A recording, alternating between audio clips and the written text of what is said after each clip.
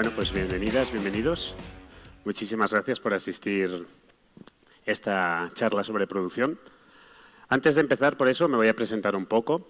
Os voy a hablar un poco de mi carrera y trayectoria en el mundo de los videojuegos, porque creo que es interesante y quizás os surgen algunas dudas o luego me queréis preguntar, hostia, Edu, ¿por qué decidiste esto? ¿Por qué pivotaste aquí? Así que voy a intentar dejar bastante tiempo para las rondas de preguntas. Mi nombre es Eduardo Jiménez. Actualmente trabajo como Project Manager en Ubisoft Barcelona. Llevo unos 10 años en la industria del videojuego. Empecé en Ubisoft como QA tester para el Rainbow Six Siege, juego en el que también estoy trabajando ahora. Cursé la primera carrera que se hizo en Cataluña, en España, en Barcelona, de videojuegos. Como os digo, éramos la primera promoción, entonces fuimos mucho los conejillos de Indias, ¿no? Nos intentaron enseñar todo en una carrera de 4 años, programación, arte, diseño, producción, marketing, etc. Como os podéis imaginar, acabamos sabiendo un poco de todo, pero nada de nada, ¿no? En específico. Aunque a mí, personalmente, eso me fue de perlas, porque trabajando de QA tester, entender las nociones básicas de las otras disciplinas te ayuda muchísimo. Y no solo eso, sino que te permite después poder dirigirte o enfocarte a lo que realmente quieres. Yo cuando empecé, fijaos, iba más hacia arte. Yo soy músico, siempre he sido muy artista y me iba a ir hacia modelado 3D, ¿no?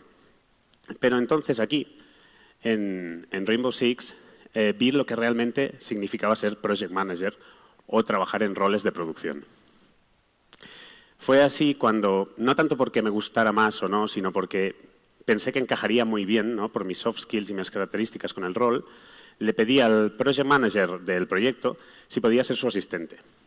Durante los últimos 6 meses que estuve allí, porque entonces ya tenía que decidir si quería marchar o continuar como QA tester, y aunque creo que es buenísima posición y sabe hacer mucha carrera en ello, después en las preguntas podemos hablar de esto si os interesa, yo me quería enfocar a la producción. Entonces, con los 6 meses de experiencia que tuve en Project Management, me surgió la oportunidad, por un contacto que hice allí en Ubisoft, de ir a Redpoints. Me fui a la industria tecnológica y me fui de Scrum Master. En ese momento no tenía demasiada idea de qué era el Scrum, pero por suerte pude entrar y mientras trabajaba allí ya hice el certificado oficial de Scrum Master, que si os interesa, pues una empresa privada, al menos en España, Scrum.org o Scrum Alliance, te hacen un curso, un examen y entonces eres Scrum Master validado. Y aquí en esta empresa tecnológica de antipirateo y protección de marca, me encargué de hacer que el equipo de IT, unas 40 personas, asegurarme de que trabajaran con Scrum. Sin ser un purista, porque hay mucho purista de Scrum, intenté coger las cosas que mejor se adaptaban a ese equipo y cuando ya teníamos eso solucionado, me moví a Product Owner, que es otra figura de esta metodología y como bien indica el nombre, pues eres el dueño de un producto o de una feature y priorizas lo que se va a hacer para esa feature con los stakeholders, etc. Y por el COVID hubo una reestructuración de equipo y a muchos del equipo de producto pues nos echaron. Y me quedé en paro en el COVID, unos momentos muy, muy complicados. Me centré, mientras buscaba trabajo, evidentemente, en varias cosas como, por ejemplo, esta charla. Empecé a sentar las bases, los fundamentos de lo que llegaría a ser esta charla. Me centré mucho en mi banda musical, que ya también quizá luego fuera os puedo enseñar algo. Y al final, gracias a un grandísimo amigo, Rob, conseguí entrar en Hirobit Studios, una empresa indie que estaba trabajando en su primer proyecto en Barcelona, que era Endling Extinction is Forever. Es un juegazo, os lo recomiendo muy encarecidamente, si no lo habéis jugado. Lo podéis jugar en una tarde y os romperá el corazón, pero es bellísimo. Entonces, estaba haciendo de producer para este juego. El juego estaba a la mitad del desarrollo. Faltaba acabar, pulir y cerrar, hacer los ports, etc. Lo que pasa es que el juego iba tarde, con todo el COVID de por medio y todo. La financiación se nos estaba quedando un poco corta. Así que mientras hacía de producer para este juego, también llevaba un segundo proyecto para poder mantener el equipo, porque como ya sabéis, el equipo trabaja en muchas cosas, como al principio pues los diseñadores, luego todo el modelado del arte y tal, y hacia el final del proyecto esta gente deja de trabajar en ese proyecto. Así que para mantener el equipo hicimos el juego en paralelo mientras cerrábamos este. Y al ser una empresa indie trabajé en muchísimas cosas, desde planificación de tareas y gestión de tareas muy concretas hasta hablar con publishers o mirar el planning general. Ahora están trabajando en su nuevo proyecto Rewilders. Esto es un pequeño tease, pero si le queréis dar a la wishlist, están intentando también buscar financiación y ya sabemos lo difícil que es eso. Después de todo esto, tuve la oportunidad de volver a Ubisoft, donde trabajo ahora. Entré en el Beyond Good and Evil 2, un juego que lleva más de 10 años en preproducción en Ubisoft, y luego me pude mover al Rainbow Six Siege, donde trabajo ahora. El juego ha cambiado su economía, ¿no? Ahora se ha ido a free to play y nosotros en Barcelona llevamos, y yo soy el dueño de toda la parte de customización. Skins para las armas, cascos, uniformes, etcétera, y os podéis imaginar que ahora pues todo se centra mucho en eso, ¿no? Y bien, hoy os he venido a hablar de producción, pero no este tipo de producción, ni este tampoco, y definitivamente no este, sino que os he venido a hablar de producción. Y os dejo unos segundos para que os calen estas imágenes de Stock Image. ¿A qué me vengo a referir con esto? Las métricas son la hostia. Te permiten tomar decisiones basadas en datos. Las metodologías de trabajo te permiten enfocar, ¿no? Saber cómo vas a hacer esa producción, encuadrarlo todo mucho mejor, como pueden ser Scrum y Kanban. Y cualquier persona que haya trabajado en una producción o en roles de producción sabrá que lo importante son los programas de tracking, ¿no? De tareas, como puede ser Jira, Asana, Monday o incluso Miro ahora mismo. Pero para mí todo esto queda detrás de lo que realmente has de enfocarte cuando vas a preparar una producción o cuando estás involucrado en una producción, es indiferente, que es la gente.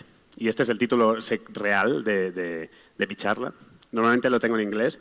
Production is not planning, it's people. Aquí queda un poco más raro, pero me vengo a referir a esto. Y no le estoy diciendo en un plan humanista, no es este tipo de discurso.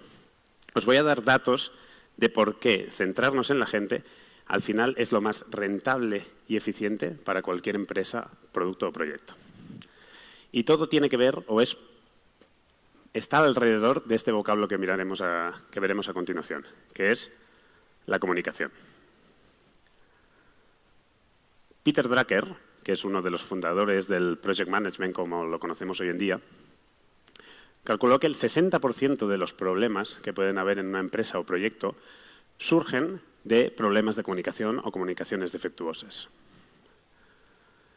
Este estudio me encanta, se llama The State of Miscommunication, de First Think y Quantum Workplace, en el que encuestaron como a 2.000 empleados de una empresa y el 81% de ellos dijo que había visto ocurrir frecuentemente o siempre problemas de comunicación. Pero solo el 50% de ellos decía que ellos habían estado involucrados. Entonces, hay ahí un problema, está ocurriendo algo, pero no es culpa nuestra, ¿no? La famosa Deborah Hamilton, en su libro Top 10 Email Blunders That Costs Companies Money, calculó que si tienes una empresa de unos 100 empleados, te puedes esperar perder $500,000 al año solo con email blunders. Es decir, con enviar el email a quien no tocaba o no poner la información correcta, que la gente no se los lea, etc. Hay un montón de estudios y un montón de información al respecto de todo esto. Normalmente, otras veces que he hecho esta presentación, ponía un dato de Pumble, que es una página chulísima si os gusta la gestión de proyectos y liderazgo de proyectos, que también hacían un estudio y veían que en los entornos de trabajo, en los workplace, que se centraban en la comunicación eran un 25% más efectivos, o Gallup, que es de George Gallup también, un pionero en estudios de opinión y encuestas y tal, también unos grandes ejecutivos de Estados Unidos decían que el 86% de los problemas que tenían era de comunicación, aumentando incluso más el número de Peter Drucker. pero a mí me gusta cerrar esta parte con esta cita de George Bernard Shaw, que es un crítico y dramaturgo irlandés, que dijo: el mayor problema con la comunicación es la ilusión de que ha ocurrido. Y esto lo decía este tío, que ganó un Nobel en 1925, lo decía hace un siglo. Imaginaos ahora, con nuestro cortísimo attention span, ¿no? Con toda la información que recibimos, que podemos estar recibiendo un mail, 3 mensajes de Teams o Slack, y encima estar en una call, ¿no? Pues bien, yo os he venido a hablar de producción. Si buscáis ahora qué es la producción en Google, os saldrá la AI de Google, que os da una entrada, creo que es de Economipedia, y dice: la producción es coger unos insumos, un número de insumos, y transformarlo en un producto, ¿no? En nuestro caso, estos insumos, ¿qué son? Nuestras horas y dinero. Y los convertimos, pues, en mi caso, en un videojuego. Y lo intentas hacer, pues, que sea lo más rentable posible, es decir, con el mínimo de insumos, o sea, que es el máximo partido, ¿no? Y claro, estaréis conmigo que recibir el mail con un report o ver que se te ha asignado un Jira no es lo que te da más pie a expresarte. Somos humanos, no somos máquinas, necesitamos expresarnos. El día a día, la rutina, el estrés puede crear frustraciones y necesitamos sacarlo. Y ya hemos visto lo importante que es centrarte en la gente para que las producciones sean efectivas, debido a la comunicación y lo mucho que afecta la misma en esta efectividad. Entonces, antes de continuar, os quería hacer unas preguntas así de levantar la mano súper rápido. ¿Quién estáis estudiando todavía? Ok, perfecto. Y yo, para valorar un poco, ¿en dónde ya estáis teniendo un poco más de interés? ¿Quién se está yendo más por la parte de programación? ¿Vale? ¿Y arte? Ok, muy bien. ¿Alguien tiene interés o se ve en un futuro haciendo algún rol de liderazgo de equipos o gestión de proyectos? Muy bien, o sea que aunque tengáis interés, muy bien. ¿Y emprender? ¿Alguien se anima? Bueno, increíble. Vale, pues me encanta. Ahora os voy a dar 6 consejos, son consejos para tener en mente, enfocados a la gente, ¿vale? Cuando vayáis a montar estas producciones o vayáis a liderar estos equipos. Luego haremos una pequeña reflexión sobre la producción hoy en día y acabaremos con una regla memotécnica que me encanta de la comunicación, y así después tendremos mucho tiempo para preguntas y poder resolver cualquier cosa, cualquier consejo que os pueda dar. El primer consejo: no ser esclavo de tus herramientas. Ahora que estáis aprendiendo os debe pasar un montón. Estáis absorbiendo información por un tubo, estáis viendo cómo se hacen las cosas, estáis aprendiendo a usar programas, herramientas, estáis aprendiendo metodologías. Y claro, cuando vas y te enfrentas con los primeros retos en tu carrera, lo que te viene en mente es hacerlo igual que lo has aprendido. Y esto normalmente es muy posible que falle. Lo que tienes que hacer es tener una gran caja de herramientas, haber aprendido muchas cosas y haber entendido con el sentido común qué es lo que necesita lo que tienes delante, ¿no? Y solo usar las partes que os interesan de ahí. Y lo mismo pasa teniendo en cuenta que estáis trabajando con personas. Y eso es la necesidad que tenéis delante, ¿no? En ese caso, mirar cómo las metodologías os pueden hacer remar, las herramientas, perdona, en esa dirección. El segundo consejo es el más importante de todos, no sé por qué está segundo, de hecho, es no presuponer, no asumir nada. No presuponer que a quien le estás hablando te está entendiendo, o ni siquiera que te está escuchando. Que 2 personas cuando hables se van a entender o se van a escuchar. Y, por supuesto, no supongáis que nadie se va a leer el mail o el comunicado que has enviado. En lugar de eso, sobrecomunicad. Queda feo, pero yo lo digo, sed pesados. Porque el único que tiene la sensación de que está siendo pesado sois vosotros. La otra gente no. Vosotros sois los que estáis recordando. Imaginaos que estáis programando y sabéis cuándo vais a acabar una feature. Y ya lo habéis dicho 3 veces esta semana. Y supondréis que el que tiene que cogerla después, por ejemplo, sabe cuándo vais a acabar. O que vuestro manager, que tiene que avisar al equipo de después, no. Quizá la primera vez no se escuchó, la segunda no lo entendió y la tercera se ha olvidado. Tenéis que seguir reiterando. Y para la demás gente no estáis siendo pesados, estáis dando visibilidad y esto es importantísimo. igual si vosotros tenéis que decirle a la gente cuándo se tiene que entregar algo o cuando se entrega a cierta fecha. Esto pasa muchísimo, ¿no? Hostia, ¿para cuándo era esto que estoy haciendo? Es normalísimo. El tercer tip es mucho más difícil de aplicar que de explicar. Porque, claro, estás en el día a día, ¿vale? Con tu rutina, con tus dinámicas. Y es muy fácil olvidarte y estar con el piloto automático, que le digo yo. Entonces, este tip es para intentar ver exactamente qué estás haciendo en ese momento, ser presente y ver con quién estás hablando, con quién te estás comunicando. Y esto, si emprendéis o si entráis en equipos pequeños, es un privilegio que podéis usar. Es conocer bien a cada una de las personas con las que trabajáis y saber cómo es más efectivo comunicarte con cada una de ellas. Es un poco eso. Es un concepto que se explica muy fácil, pero es muy difícil aplicarlo. Y luego veremos alguna forma en la que puedes estar más consciente de aplicarlo, porque se nos va a olvidar. El cuarto punto, también importantísimo, a la par que el segundo, es discutir y gestionar las expectativas de la gente. Las que tú tienes hacia la gente y las que la gente tiene hacia ti. Abiertamente, y si lo hacéis mañana, con quien queráis, lo podéis hacer dentro del trabajo o fuera, esto ya os va a resolver problemas que quizá estáis teniendo ahora mismo y todavía no sois conscientes de ellos. En un equipo, es que puede ir a cualquier nivel, puede ser desde que cuando tú entras a una empresa, tú le tienes que decir a esta empresa qué expectativas tienes, cuál es tu objetivo en un futuro cercano y quizá medio o largo. La empresa te tiene que decir de ti qué esperas. Cuando estás trabajando en equipo, tienes que decirle a cada una de las personas con las que trabajas qué esperas de ellas y que ellas te lo digan a ti. Porque a veces, como decía, presuponemos y esto no nos ayuda. Y tenemos que seguir siempre aclarando estas cosas. El quinto punto sí que va más dirigido si acabáis siendo vosotros los que creáis el framework o gestionáis a la gente del equipo.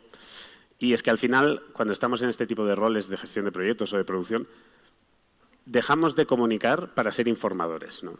Porque para que una comunicación exista, necesita dos partes, que vaya y que vuelva. Y, como decía antes, todos tenemos emociones, miedos, y es muy importante que tú crees canales en que la gente se pueda expresar abiertamente y cómodamente, totalmente transparentemente, y quizá eso implica que tú no estés en estos canales. Ya crearás otro en el que sí que estás, o en el que tú estás con el lead de ese equipo, que es el que a ti te va a explicar estas cosas.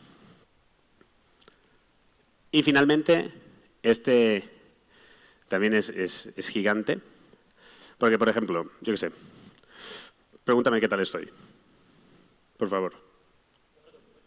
Estoy bien. Entonces, ¿tú qué has recibido aquí? Que estoy bien. Perfecto. Y yo qué sé, Mauricio, pregúntame qué tal estoy. Estoy bien. He dicho lo mismo, el mismo contenido, la misma información, y en una recibes una información totalmente distinta a la otra, ¿no? Esto es una chorrada, ¿no?, lo que acabo de hacer aquí, pero es que pasa de verdad. La comunicación no verbal de las cosas tiene muchísimo más peso que la pura información de lo que estás diciendo. Y desde el COVID se ha transformado radicalmente cómo trabajamos. Trabajamos muchísimo en remoto y esto nos tiene un montón de ventajas, ¿eh? Nos encanta poder trabajar donde queramos, poder trabajar con gente de la otra punta del mundo. Nos abre muchísimo, pero conlleva una serie de riesgos que tenemos que ser muy conscientes. Y el primer consejo que yo os daría dentro de este consejo, y mis equipos me tienen harto con esto, pero es poneos las cámaras. Parece una tontería, pero desde que he empezado esta charla yo os voy mirando, me vais asintiendo, veo alguno que hace una cara rara, entonces ya tengo información de que quizá no ha entendido lo que he dicho y quizá lo tengo que repetir luego. Hay un montón de información que me estáis transmitiendo y que me ayuda a continuar.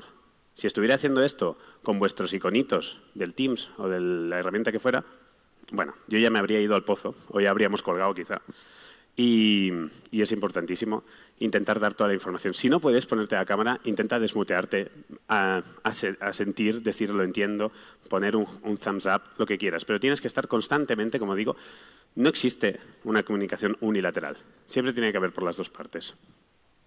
Al igual que digo esto, si tú un día estás cabreado y lees un mensaje que te ha enviado alguien, lo vas a leer como si esa persona te lo ha escrito cabreado. Y esto parece una tontería, pero somos así, reflejamos cómo estamos y cómo nos sentimos en los mensajes. Entonces, igual que somos conscientes de que la parte no verbal de las comunicaciones es importantísima, cuando no la haya, intentemos acordarnos de que no la está y no aplicar nosotros o inventárnosla. Si no entiendes algo o si tienes miedo de que esta persona esté frustrada por algo o te lo haya dicho por algo, pues ves a una call con cámara e inténtalo resolver, o si no se puede, intenta preguntar más información con esos mensajes. Y, por ejemplo, también va muy bien crear pequeñas ventanas de atención, como yo quizá pues cambiar el ritmo o preguntarle a alguien que te diga algo. Puede ser cualquier tontería que se os ocurra, pero preguntarle algo a alguien directo que quizá no está ni involucrado en esa conversación que estáis teniendo, pero sí que está en la llamada. Como digo, hoy en día nuestro attention span es enano, estamos bombardeados por información todo el rato y tenemos el WhatsApp, también pueden pasar miles de cosas. Tenemos que ser conscientes de esto y ayudarnos los unos a los otros, mantenernos despiertos y atentos en cualquier, ¿cómo lo digo esto?, acción interpersonal que esté ocurriendo, ¿no? Pues estos serían los 6 tips. Ups, wrong button. Volvemos a esta imagen. Me encanta esta imagen porque se ve bastante claro de que estas dos personas no están consiguiendo tener una comunicación efectiva, ¿no? Digamos. Y vosotros diríais, por ejemplo, que estas dos personas están siendo profesionales. Porque yo todavía hoy en día no acabo de entender y no te sabría decir si tiene algo que ver o no. Y, sinceramente, el concepto de profesionalismo es algo que, mientras voy haciendo cada año más de mi carrera, me doy cuenta que no creo en él. Es un concepto. ¿Qué es ser profesional? ¿Qué es ser frío, ser distante, desvincular tus emociones cuando estás en el trabajo para ser mucho más máquina, ¿no? Mucho más producir? Hostia, el trabajo es un sitio donde estás 8 horas al día, 5 días de la semana, si tienes suerte, muchos años de tu vida, tiene una gran parte de tu vida. Y como decía, somos humanos, tenemos emociones, no podemos dejarlas atrás. ¿Cómo puede ser que el profesionalismo sea eso, en lugar de decirte ser muy consciente de esto y preocuparte de tener una buena gestión de emociones, preocuparte de abrirte con la gente con la que estás trabajando y asegurarte de que se abren contigo, que te entiendes, que te sabes comunicar con cada uno de ellos, como decía antes, y hacer que todas tus herramientas, tu metodología, tu framework de trabajo, tu marco, reme hacia la dirección de los consejos que estoy diciendo, ¿no? ¿Por qué? Porque estas charlas motivadoras te duran 3 días. Quiero decir, dentro de 2 semanas ya no os acordaréis de esto. Quizás mañana sí estáis enajenados y decís, hostia, me acuerdo de ese consejo de Edu, voy a asegurarme de entender con quién estoy hablando ahora. Pero luego se os va a olvidar. Entonces, yo no puedo decir ahora cuáles los pasos a seguir, porque como os decía antes, tienes que mirar el reto, el problema o el challenge. ¿Cómo se dice challenge? El reto que tienes delante, ya lo he dicho, perfecto. Y entonces adaptar con tus herramientas a eso. Pero tienes que hacerlo de un modo que la gente esté prácticamente obligada a dar visibilidad, a hablar, a comunicarse.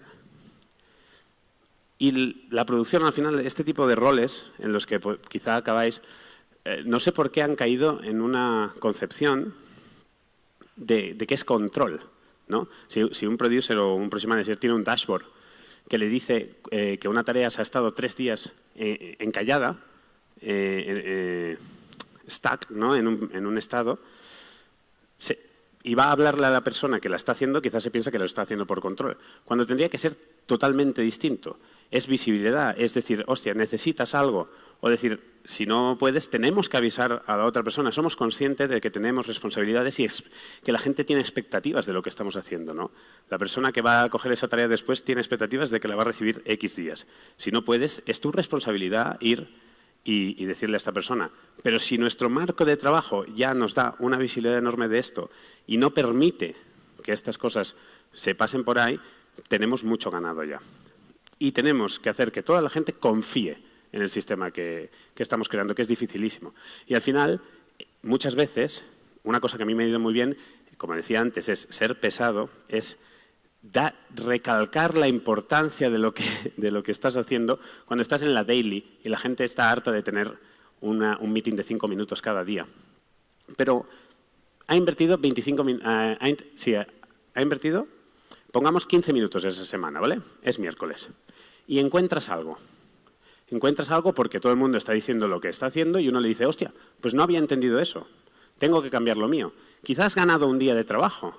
Invirtiendo 15 minutos has ganado un día de trabajo. Cuando eso pasa, le dices a todo el mundo, y por eso hacemos esto, y por eso es importante. Y que la gente confíe en esto.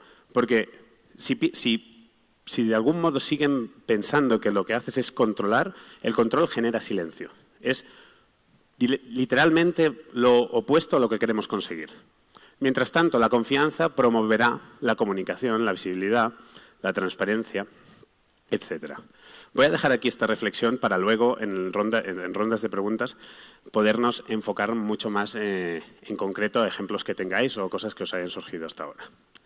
Entonces, os voy a dar una regla memotécnica que me encanta, que esta sí que creo que se os quedará y os acordaréis, y iremos a la ronda de preguntas, ¿vale? Os voy a dar las 4 Cs de la comunicación. Diréis, hostia, si tiene 3, no. Son 4. La primera es que sea clara.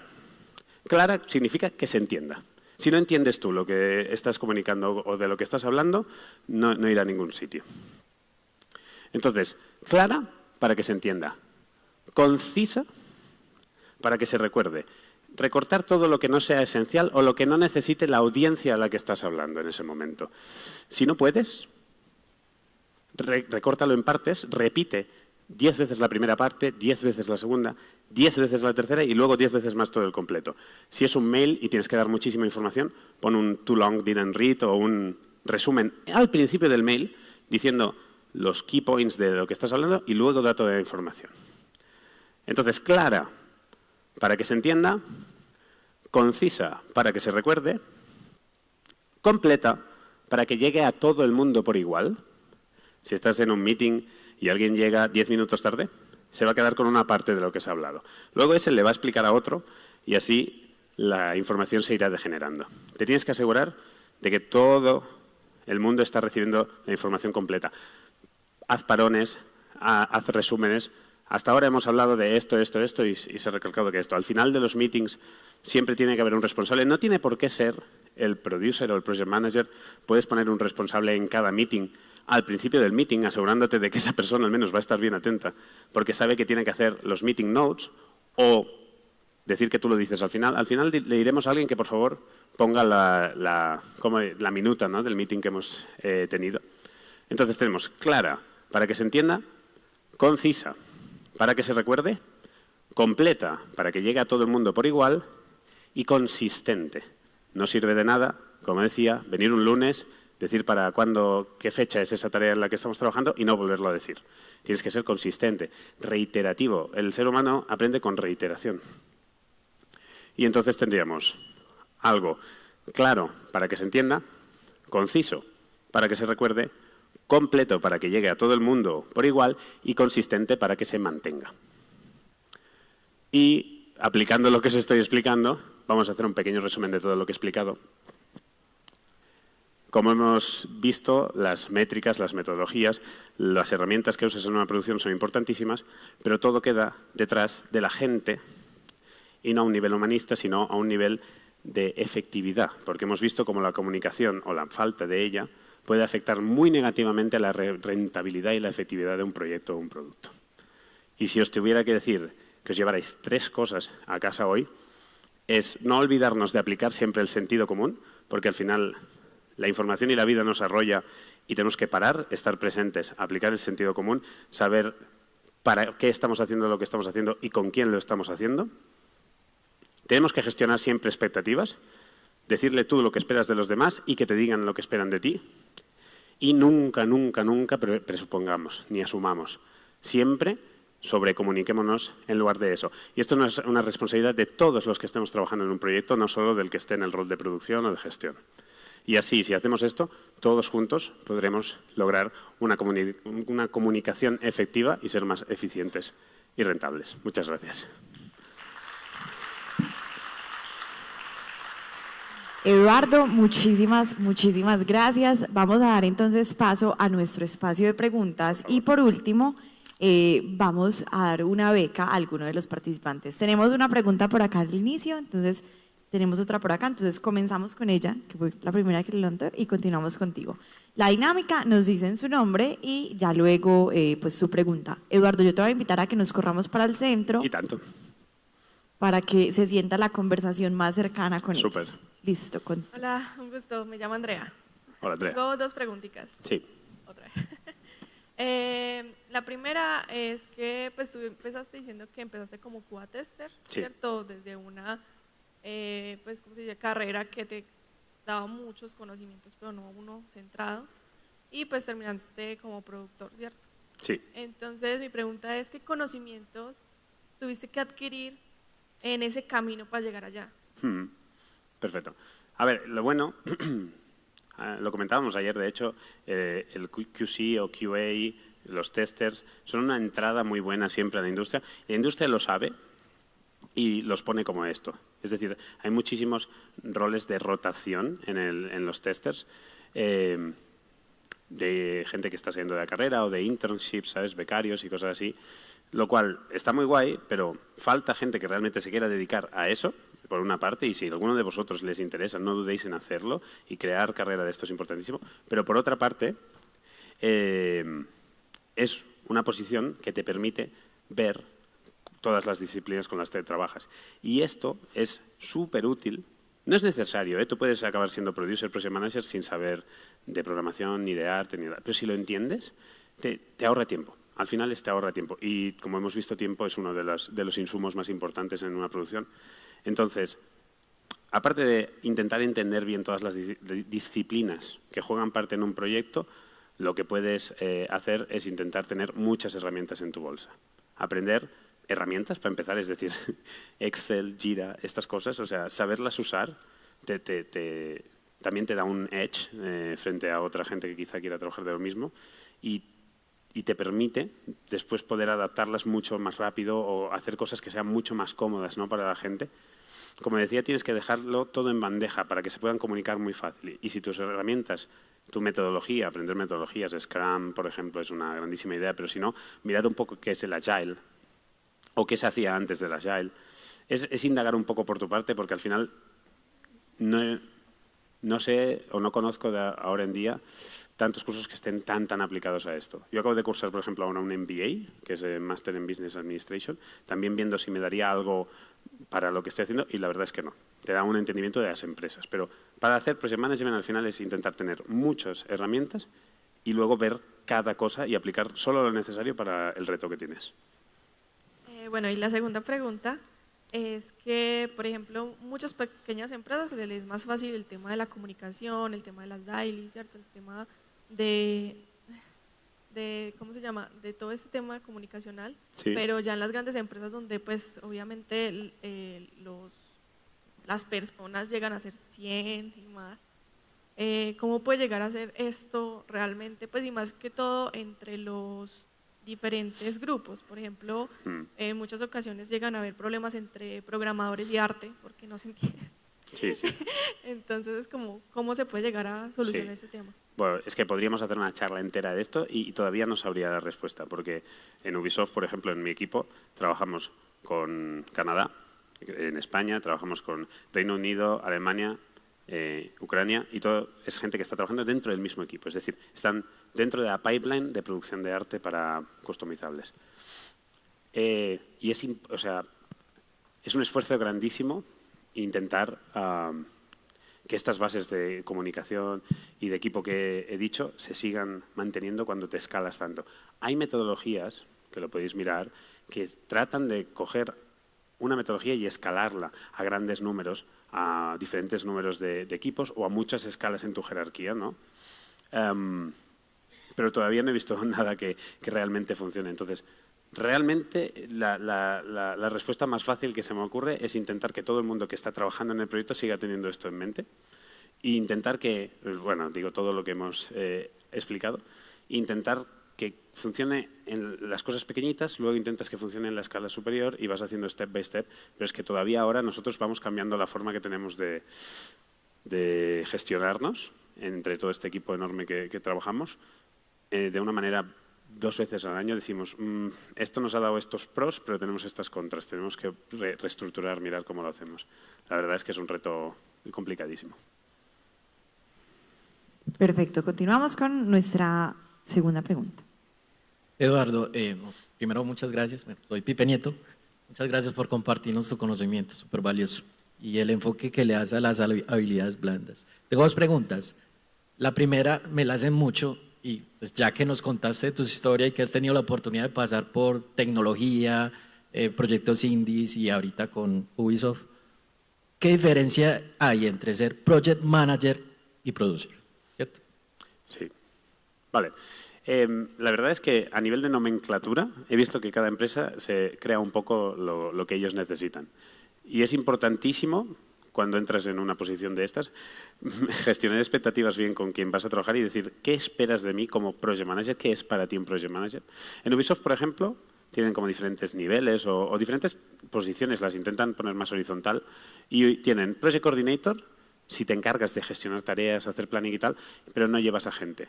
Project manager, si haces todo esto y encima tienes direct reports, es decir, eres manager de gente a la que le miras la evaluación, cómo está yendo, la carrera y tal. Y luego hay associates producers y tal. Para mí, al final, un producer es una persona que está en cosas de alto nivel, aunque en empresas indies también las estés en bajo nivel por necesidad. Pero si estás más enfocado a alto nivel y ves el scope mucho más desde fuera, para mí sueles ir más a posiciones como producer. En cambio, project manager es una cosa más enfocada a ese proyecto, eso que estás haciendo. Pero, de nuevo, me he encontrado diferencias non-stop. Todavía no he estado en 2 posiciones del mismo nombre que sean iguales. Gracias, Eduardo. La siguiente es, con base a esas soft skills y esos tips que nos diste, ¿qué tan diferente es producir un proyecto, un videojuego indie a un videojuego AAA o en el proyecto que estás en este momento, que es Sí. ya 10 años de preproducción, nos dijiste? Mira, más enfocado a esto que estábamos hablando, las empresas indie, al ser equipos más pequeños, te proporcionan una oportunidad buenísima de poder aplicar mejor estas cosas. También la presión suele ser mucho más grande para ciertos roles de estas empresas. Y entonces lo tienes que gestionar más todavía. En las empresas AAA, tantas cosas están fuera de mis manos y fuera de las manos del de arriba y fuera de las manos del de arriba que a veces es muy difícil llegar a hacer que la gente confíe en lo que estás haciendo porque tiene un problema con el que está 4 niveles por arriba o tienen un problema con el grupo, con la compañía en general. No creen en eso, entonces les cuesta mucho creer en lo que estás haciendo tú.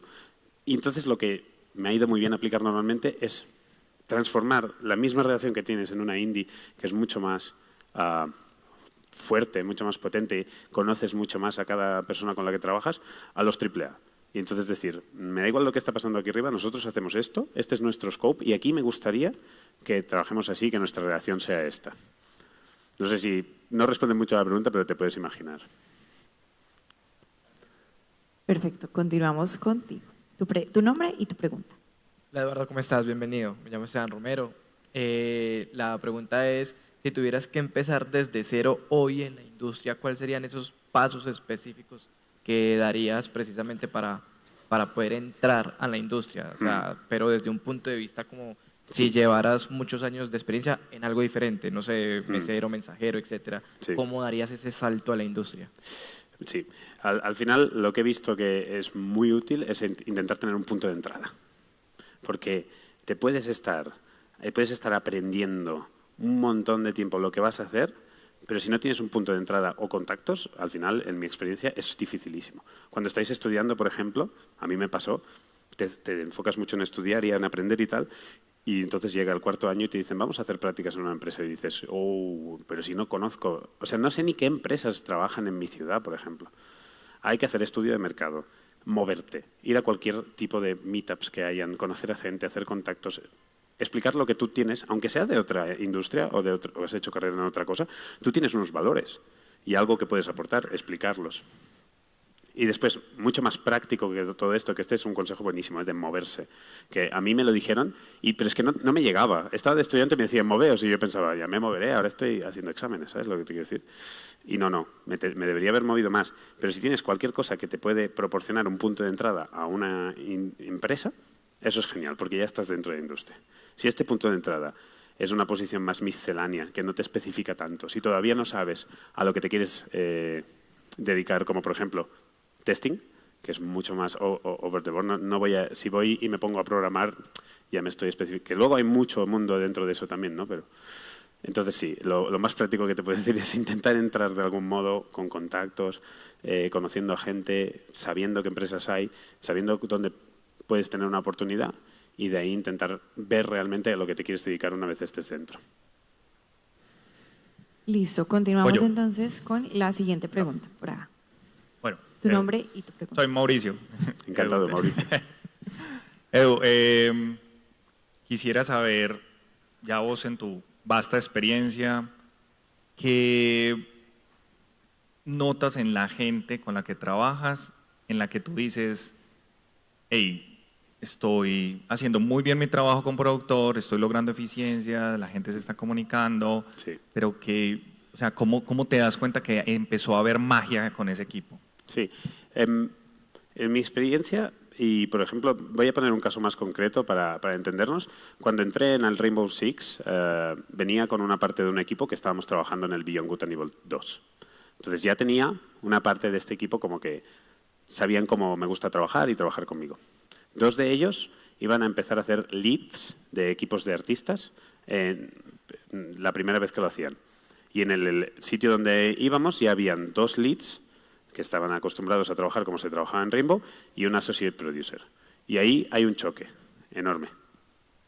Y lo primero que ves es, no has tenido tiempo, has hecho el ramp-up, has hecho el onboarding, no has tenido tiempo tú de centrarte en hacer bien el onboarding de tu equipo que está entrando con el equipo que ya veía allí y crear un poco estas conexiones, saber que se conozcan, discutan expectativas, todo lo que estaba diciendo. No has tenido tiempo, se te ha ido, ya entras que te dicen, pero tenemos esta deadline, tenéis que estar activos trabajando en tanto tiempo.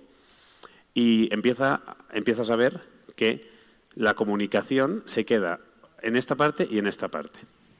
Entonces, cuando realmente vi ya que estaba funcionando y cómo hice que funcionara, en este caso intenté aplicar muchas cosas de estas. Los puse en meetings juntos a todos los leads, muy a diario, para que fueran hablando de las cosas y les intentaba interconectar partes, ¿no? Si el nuevo era de concept art, por ejemplo, pues les decía, mira, tienen un problema los de texture, gestiónalo con él, ellos 2 solos, yo no tenía nada que ver. Intentaba que estos 2 leads lo gestionaran entre ellos para que crearan una conexión solos, porque a veces, como decía, tú estar en un sitio, en un canal, puede deteriorar incluso lo que estás intentando.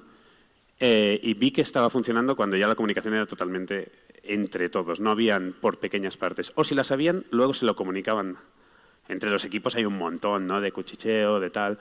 Pero es mientras luego vayan a su lead y se lo comuniquen, y este lead puede hablar con el lead de otro equipo, yo es ganado, digamos. Hola, me llamo Valentina, actualmente soy estudiante y como soy estudiante he visto muchas cosas de la industria. Te quiero preguntar, como de acuerdo a la experiencia que tienes y se nota el amor que tienes por tu trabajo y todo el recorrido que tienes, ¿cómo no pierdes esta pasión y como este trabajo no es por trabajar, sino que ya es parte de mí, es mi vida y me encanta? Bueno, me encanta la pregunta. Creo que es porque no fui a este trabajo porque pensé que me gustaría, sino que fui a este trabajo porque pensé que mi naturaleza como persona encajaba y que hago este trabajo aunque no lo quiera. En mi banda musical yo no soy el manager ni soy nada, yo soy el batería y yo quiero ir a tocar. Pues acabo siendo el project manager de la banda sin quererlo, porque te lleva. Entonces, saber que tú ya tienes una serie de características por cómo eres te ayuda mucho si quieres realmente que te sea effortless, ¿sabes? El trabajo, porque a mí me sale sin querer. Luego la pasión la cojo yo. Digo, como estoy haciendo esto y se me da bien y me sale sin querer, al menos lo haré apasionadamente. Sinceramente, es la decisión. Perfecto, súper buena esa pregunta y continuamos contigo. Buenos días, Isaac. Gracias por tu tiempo. Yo quería preguntarte, cuando estás en posiciones como la tuya, que estás trabajando con equipos que están en diferentes zonas horarias, en diferentes culturas, diferentes idiomas, bueno, que me imagino de que se comunicarán en inglés en general. Sí. ¿Qué mecanismos tienes, qué técnicas o herramientas usas para que cuando te comuniques y tú tienes que decir algo y estás en California y necesitas que tu equipo en Alemania lo entienda, lo comprenda y siga la visión que tú estás implementando? ¿Cómo qué herramientas utilizas para que lo que tú dices sea comunicado claro, conciso, a lo largo de diferentes culturas, zonas horarias, lenguajes? Sí. Pues mira, es un reto siempre, muy grande, trabajar con diferentes culturas y con diferentes zonas horarias también. Y me encanta porque si la gente no conoce a la otra gente, a nosotros nos ha pasado un montón en Barcelona. En Barcelona, hace unos años, no llevábamos nosotros, no teníamos el mandate que tenemos ahora, simplemente producíamos arte y lo llevaba a Montreal. Muchas decisiones se tomaban en Montreal. Entonces los de Barcelona, que no conocían a los de Montreal bien, como para la producción de arte no era necesario. Ellos hacían una parte, nos llegaba a Barcelona, hacíamos la otra parte, no había conexión real. Decían, no, es que están diciendo esto mal o que mal han hecho eso. No, lo piensan. Y el no conocer a la gente ya no sé por qué, te da por que haya fricción entre ellos. A la que coges y llevas a 3 de los leads allí a Montreal, en un viaje. Que esto es crema. O sea, verse en persona y tener relaciones extra profesionales. Tomar un café. Es que ya te rompe todas estas barreras que ya nos creamos, todas estas presuposiciones o prejuicios, perdona. Entonces estos leads irán a su equipo y les explicarán, no, que realmente son la hostia allí, son majísimos y tal. Y hasta que no consigues que haya una conexión humana real, es imposible que se entiendan. Porque aunque la información esté súper bien, ellos se van a pensar que es por un motivo o por otro, o se han quedado el asset chulo y nos han dado a nosotros la basura. O sea, te puedes llegar a imaginar lo que puede llegar a ver. Entonces es intentar que gente real a la que ellos confíen les explique que eso no es así, porque es imposible llevar a una empresa de 100 empleados a otra empresa de otro sitio, ¿sabes? Quiero decir, a nivel de costes es muy difícil. Y intentar poner meetings en la que ellos estén juntos y hablen, pero eso es muy difícil. A veces cuando la producción está tan streamlined no tienes oportunidades porque tiene que parecer meaningful, no forzado del plano. Os he puesto todos aquí para que habléis. No, tiene que tener un sentido, ¿no? Pero sí, al final si no hay conexión humana real no será muy difícil. A ti. Bueno, tenemos otra. ¿Será que nos pueden colaborar? Porque tenemos el tiempo, entonces si Eduardo nos permite, haremos esa. Y tenemos 2 preguntas de las personas que nos están viendo en nuestras redes sociales. Mientras se lo llevas, yo le voy a hacer entonces las preguntas, es acá en el centro de nuestras redes sociales. La primera pregunta, nos están viendo cientos de personas a través de Canal 13 y a través de nuestra transmisión en vivo. Y la primera pregunta es, ¿por qué crees que el trabajo humano es irreemplazable en la elaboración de videojuegos y en el ámbito creativo en general? ¿Y cómo puedes delegar todo a tu equipo sin que sientan que están siendo explotados? Vale. Por la que quieras empezar y ya nos iríamos con tu pregunta. Vale, empezaré por la del irreemplazable y quizás me voy a lapidar la carrera ya, pero no estoy tan claro de que realmente todo sea irreemplazable. Hay muchas cosas que hacemos que son reemplazables y ya lo hacemos. Es por eso que nos creamos mecanismos, herramientas que nos permiten hacer cosas que nosotros hacíamos y las hacen esas cosas ya. Y nosotros lo aprovechamos. Pero hay una cosa que es realmente irreemplazable y es lo que has dicho tú. Estamos en un sector del entretenimiento y el ocio y es arte. Y la creatividad, por ahora, solo es la creatividad que nos puede dar algo no humano es una copia de lo que somos capaces nosotros. Y nosotros seguimos siendo capaces de más cosas cada día. Entonces, esa parte es la realmente irreemplazable. Y es lo que tenemos que intentar no perder, creo.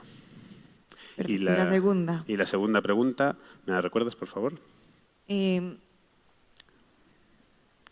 ¿Cómo delegar todo a nuestro equipo de trabajo sin que sientan que están siendo explotados? Sí.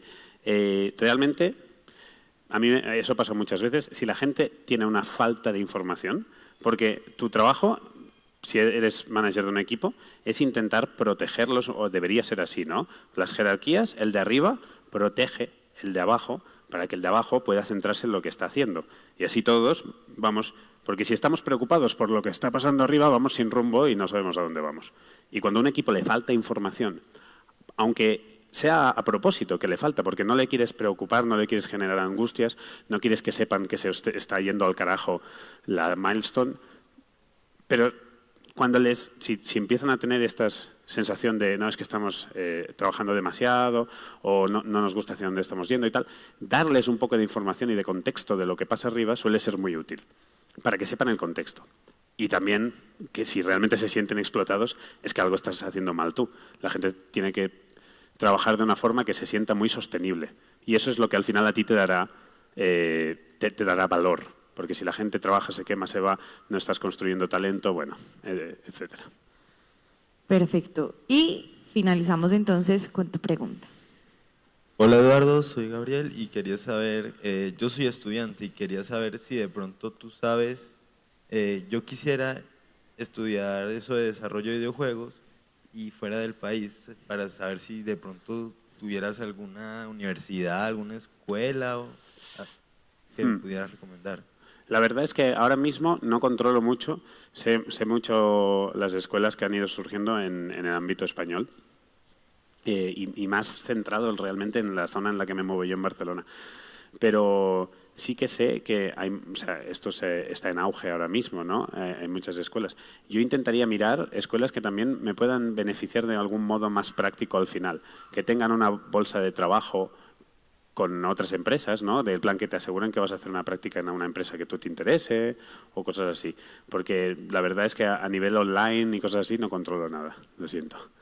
Pero bueno, mirártelo bien y hablar con las academias y tal y decirles, a mí lo que me interesa es esto, ¿cómo lo tenéis?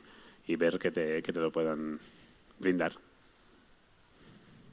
Bueno, Eduardo, yo te quiero contar que vamos a dar una beca, de hecho van a ser 2, estamos muy generosos el día de hoy, y esas becas son para estudiar inteligencia artificial aplicada en los ámbitos laborales. Es una oportunidad que ustedes van a tener totalmente gratis, una oportunidad que da el Ministerio de las TIC con sus aliados, que ahorita les leo el nombre de la empresa que va a dar el curso, y me gustaría, las puedes ir pensando, que nos hicieras 2 preguntas para las primeras 2 personas que suban acá al escenario y se animen a enfrentarse. Pueden ser preguntas también en ámbito personal, si deseas. Vale. Y esas primeras 2 personas pues serían las ganadoras de nuestra beca. Entonces, bueno, veo quién se anima a subir por su beca. Listo, adelante. Y tenemos otro, son 2, es una oportunidad muy buena. Listo, y por acá adelante tenemos. Listo. Entonces, yo les voy a pasar, tenemos otro micrófono, les voy a pasar uno de los micrófonos para la primera persona, entonces, ¿qué vas a hacer tú? ¿Qué va a responder? Bueno, dinos tu nombre. Hola, Esteban Romero. Listo, Esteban. Entonces, ahora sí, la pregunta que te va a hacer Eduardo. Es que todavía no se me ha ocurrido muy bien qué debería preguntar, ¿eh? Pero bueno, tiene que ser alguna pregunta de cualquier ámbito. Cualquier ámbito, puede ser de lo que hablas en tu conferencia si deseas, o puede ser del ámbito personal, como pues profesional en este caso. Sí, perfecto, pues ¿me sabrías decir, por ejemplo, en una producción de arte, ¿vale? En un asset de arte para un videojuego, ¿cuál suele ser el último paso? Lo que sabe hacer ultimino. No, ni idea, la verdad. La verdad es que ni idea. Me enfoco, pues yo soy mesero, llevo siendo toda mi vida, que por eso me enfoqué la pregunta en eso. Apenas estoy como comenzando a estudiar como mesero, me pagué la técnica en desarrollo de videojuegos. Muy bien. Me estoy intentando ahí como pagar la ingeniería multimedia, entonces apenas estoy como muy ya bien. El proceso de producción estoy muy crudo todavía. Vale, no, la respondo yo mismo. Vale, ¿sí? ¿O le hacemos la misma? O no sé. Puedes cambiar la pregunta si quieres, de pronto. Vale. Pues, ¿le hago otra pregunta? Sí, y respondes la tuya, claro. La mía es testing. Siempre se testean las cosas antes de integrarlas. ¿Y a qué me has dicho que te has dedicado hasta ahora, perdona? Mesero, soy mesero. Toda la vida he sido mesero. ¿Y qué es eso? Mesero, mesonero, no sé si le dicen en España. Atiendo en un restaurante. Ah, vale, genial. Muy bien, muy bien. Pues vale, va. Yo también he sido camarero antes de de empezar la carrera. Voy por buen camino. Exacto, ya ves. A ver qué se me puede ocurrir. ¿Qué le dices al chef cuando te está gritando porque no, las comandas se están enfriando? Porque las comandas, o sea, la comida se está enfriando. Bueno, depende. Está para sacar, pero... Sí, cuando la comida se está enfriando ya es más que todo como responsabilidad de nosotros como asesores y del runner específicamente, que es la persona encargada de llevar las comidas hasta la zona donde está el mesero. Entonces ya no es como de decirle al chef, sino de pronto si veo que el runner está muy ocupado, yo como asesor también dejo un momentico la zona y ayudo a descongestionar el pase de comidas. Muy bien, hay un soporte adicional. Perfecto. Se nota que sí, Perfecto. Sí. Entonces, Esteban, ¿cierto? Esteban, eres el ganador de nuestra primera beca de un diplomado gratuito en inteligencia artificial con Yanni Robotics. Entonces, listo, ahorita te puedes sentar y ahorita te tomamos tus datos y le puedes pasar el micrófono a nuestro compañero. Lo recibo por acá.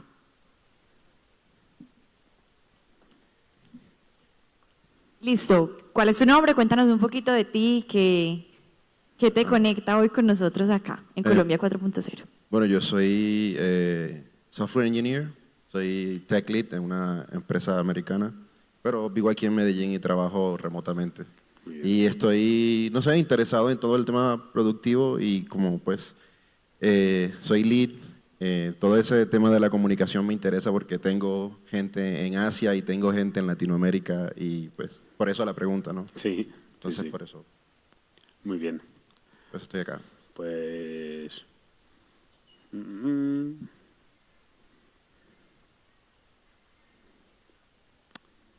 Si tuvieras... hostia, mira, sí. Con la diferencia horaria, ¿cómo te lo has montado o cómo te lo montarías si necesitaras hacer durante un periodo de tiempo reuniones cada día con la gente y ya tienen siempre el calendario súper ocupado? Porque eso pasa un montón y cuando estás con diferencia horaria. Dime un par de acciones que intentarías tomar. De hecho, estoy en medio de eso ahora. Entonces, lo que estoy proponiendo es, primero les pregunté a los muchachos en qué zonas horarias, en qué horas tenemos overlays, porque ellos están en Middle East y nosotros estamos acá en Latinoamérica. Entonces, en qué horas tenemos overlays, qué horas les sirven a ellos. Proponer de entrada menos de 30 minutos, 15 minutos y tener una agenda clara con ellos. Como que antes de la reunión vamos a tocar estos puntos y no vamos a demorarnos más de 15, 30 minutos. Muy bien. Sí, eso es genial, ¿eh? Y no tener miedo a hacer reuniones cortas, si están muy bien dirigidas, a veces es súper efectivo. Y cuando tienen ya otras reuniones en esos calendarios, es un esfuerzo hercúleo porque tienes que hablar con el de esa reunión, mirar si realmente es más prioritario lo tuyo o no y negociar y tal. Pero no hay otra manera, creo. Y preciso, estoy tratando de cuadrar de que sea algo weekly porque no hay cultura de la comunicación, entonces estoy tratando como de empezar y justo después de esa reunión tenemos la daily, entonces como que tratando de aprovechar de que no extenderlos demasiado, aprovechar su tiempo. Muy bien. Buenísimo. Perfecto, entonces recuérdanos tu nombre, por favor. Isaac Vergara. Isaac, eres nuestro segundo ganador del diplomado en inteligencia artificial. Un placer. Te recibimos el micrófono por allí, si quieres lo entregas antes de bajarte. Y bueno, Eduardo, muchísimas gracias. Me gustaría entonces que dejaras un último call to action sobre el liderazgo, la importancia que hoy enfrentamos como profesionales de ser líderes en un mundo que va a 1000 por hora y que, como lo dijiste, tiene que ser sostenible el trato y el trabajo que tenemos con nuestros colaboradores. Entonces, allá está la cámara también para que ellos nos vean y nos escuchen. Perfecto, pues para cambiar un poco, porque es una parte pequeña de la presentación, pero me parece importantísima, intentemos expandir o comunicarle a todo el mundo esta idea sobre lo que realmente significa ser profesional o no. Que la gente tiene una misconception de esto muy grande. Intentemos darnos cuenta de que ser profesional es aceptar que tenemos emociones, somos humanos y que necesitamos todos gestionarlas los unos con los otros. Muchas Perfecto. gracias. Un aplauso muy grande para Eduardo. Gracias. Gracias por aceptar nuestra invitación.